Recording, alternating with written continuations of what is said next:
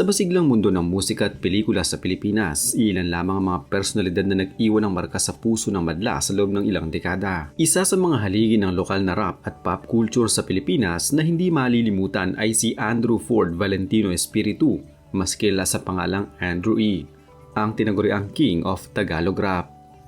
Iba siya sa lahat ng kababaihan, walang kaate-ate. Sa isang kasaysayan ng tagumpay, pagsubok, kontrobersiya at pagmamahal ng publiko, ang buhay at karera ni Andrew E. ay isang kwento ng pag-angat mula sa ordinaryong simula hanggang sa pagiging alamat ng Filipino hip-hop. Gusto niyang magarit para aking lasapin, aking lasapin.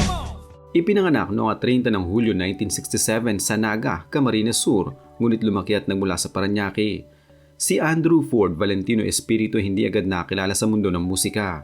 Ang kanyang unang pagsibsib sa entablado ay hindi pa para sa rap kundi bilang isang DJ sa sikat na club sa Euphoria sa Maynila noong huling bahagi ng 1980s. Doon, unti-unti siyang napansin dahil sa kanyang personalidad at kakaibang estilo ng musika na nagbigay daan sa kanya upang makilala at magkaroon ng koneksyon sa industriya. Isang malaking pagkakataon nang dumating nang makilala siya ni Ramon R.J. Jacinto, isang veteranong musikero at negosyante na tumulong sa kanyang paglabas at pagpapakilala sa mas malawak na publiko. Sa panahong iyon, kakaunti pa lamang mga Pilipinong tumutugtog ng rap sa sariling wika. Ang Ingles at mga banyagang rap ay siyang nangiibabaw. Ngunit may kakaibang tinig si Andrew E., isang kombinasyon ng comedy rap, matitinding beat at masiglang storytelling na tunay na tumimo sa puso ng masa. Noong 1990, inilabas ni Andrew E. ang kanyang unang single na Humanap Ka ng Pangit. Isang kanta na mabilis na umani ng napakalaking atensyon at naging isang cultural phenomenon sa Pilipinas. Ito ang kantang nagbago sa takbo ng lokal na rap music dahil ang liriko nito ay hindi lamang rap, kundi puno ng satirical na pagtingin sa lipunan at relasyon. Sa panahon noon, kakaunti ang mga Pilipinong rapper na tumutugtog sa Tagalog kaya ang kombinasyon ng masigla at madaldal na estilo ni Andrew E. ay agad na tumatak sa publiko.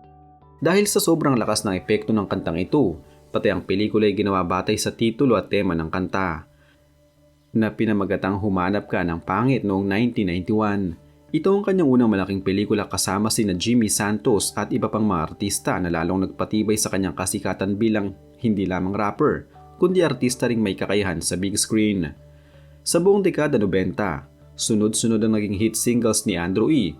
bukod sa Humanap Ka ng Pangit. Sumunod ang mga kantang Ayos Ba Tayo Dyan, Huwag Kang Gamol, Mahirap Maging Pogi, Alabang Girls, Banyo Queen at marami pang iba na naging parte na ng buhay ng mga Pinoy. Ang mga kantang ito ay hindi lamang sumikat dahil sa mga catchy na beat kundi dahil sa pagiging relatable, malikhain at minsan nakakatawang refleksyon ng mga araw-araw na karanasan. Marami ring mga tumatandang tugon sa ilan sa kanyang mga kanta, lalo na sa mga liriko na puno ng gay slang, mga salitang jologs at malikot na imahinasyon. Dahil dito, naging isang tinig siya ng maraming kabataan at masa noong dekada 90, isang taong kayang tingnan ang buhay sa masaya at malayang paraan. Hindi lamang sa musika nakilala si Andrew E., mabilis siyang lumago bilang artista.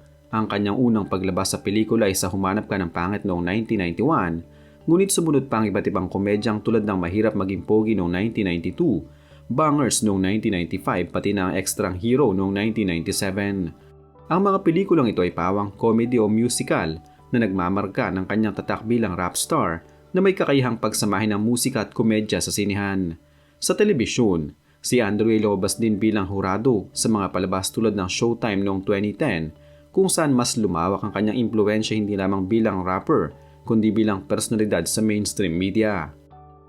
Isa sa pinakamahalagang yugto sa kanyang karera ay ang pagbuo ng sariling label na Donggalo Records noong kalagitnaan ng 1990s. Ang layunin ng label na ito ay hindi lamang tulungan si Andrew E. sa kanyang mga proyekto kundi higit sa lahat ay magbigay daan sa mga bagong talento ng hip-hop sa Pilipinas. Isa sa mga pinakatanyag na grupo na kanyang naitaguyod ang Salbakuta na sumikat sa kantang Stupid Love, isang kanta na naging malaking hit at nagbigay daan sa isang pelikula rin. Ang pagbuo ng Salbakuta at iba pang mga rapper sa ilalim ng Donggalo ay isang malaking ambag ni Andrew E. sa pag-usbong ng lokal na rap scene. Hindi lamang siya basta sarili nagtagumpay. Binigyan niya ng mga oportunidad ang iba pa na marinig ang kanilang boses at malikhaing ideya sa mas malaking audience. Noong Nobyembre 2024, muling umusbong sa tungkol sa plagiarism ng kanta ni Andrew E. na humanap ka ng pangit dahil may mga netizens at komentaryo sa social media na sinasabing ito'y hinalaw o may malaking pagkakahawig sa American rap song na Find an Ugly Woman ng Cash Money at Marvelous noong 1988. If you wanna be happy for the rest of your life, man, find an ugly woman and make her your wife. Kung gusto mong lumigaya ang iyong buhay, humanap ka ng pangit at ibigin mong tunay. Ang paratang ng plagiarism ay hindi bago. Matagal na itong ipinapahayag ng ilang mga tagapakinig na tila direktang isinalin lang ang ideya at ilang bahagi ng kanta mula sa banyagang awitin. Sa isang panayam sa Fast Talk with Boy Abunda noong Nobyembre 18, 2024, nilinaw ni Andrew E. na hindi raw siya aktwal na inaakusahan ng mga tao at tinawag niyang not authentic ang paratang tungkol sa pangungopya.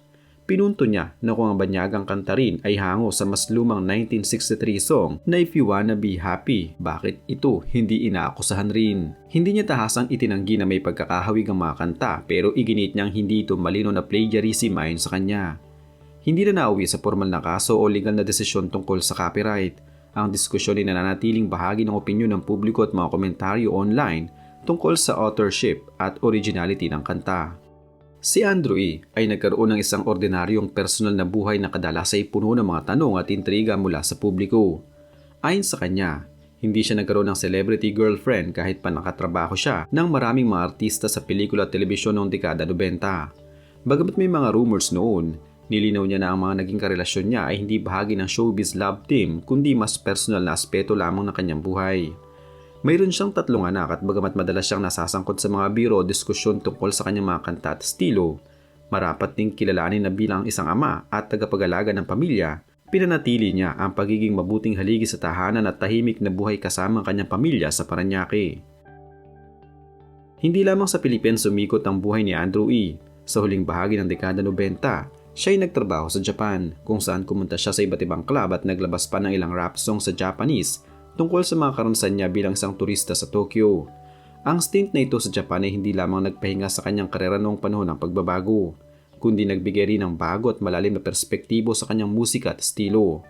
Habang ang musika at pelikula ang naging arena niya, patuloy pa rin ang kanyang impluwensya sa hip-hop scene, nagiging inspirasyon sa mga bagong henerasyon ng rapper at songwriter. Ang kanyang kontribusyon sa Filipino hip-hop ay malaki, mula sa pagiging isa sa mga nangunguna sa rap, pagbuo ng mga bagong artista at pagpapalaganap ng bagong genre ng kultura sa bansa. Sa kasalukuyan, maraming dekada matapos ang kanyang pagsikat noong 90s, si Andrew E. ay nananatiling aktibo pa rin sa iba't ibang paraan. Noong 2024, pinaghahandaan niya ang kanyang first major concert na One Time for Your Mind bilang pagdiriwang ng kanyang 34 na taon sa industriya.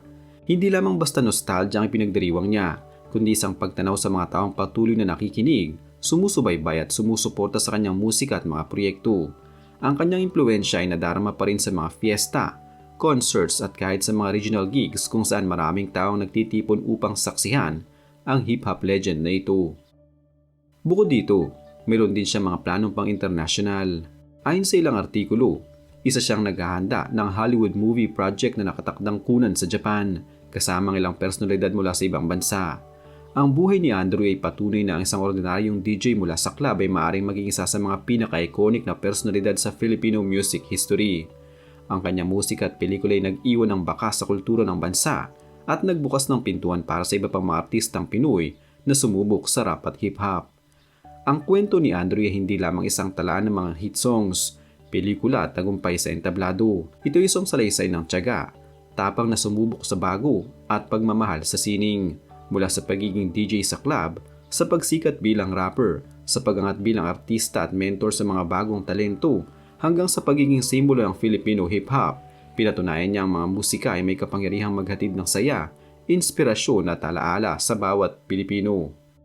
Kayo ang pinakamagandang audience sa buhay ko. Thank you very much.